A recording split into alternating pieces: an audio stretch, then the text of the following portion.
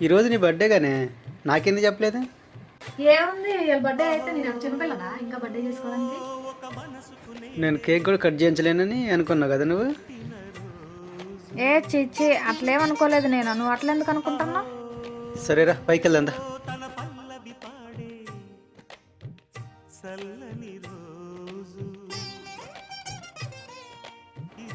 దేనికి లోటు లేకుండా నా భార్య పిల్లల్ని సంతోషంగా చూసుకునే రోజు రావాలని ఆ దేవుడిని కోరుకుంటున్నాను. ఆ రోజు వచ్చే వరకు కష్టపడుతూనే ఉంటాయి.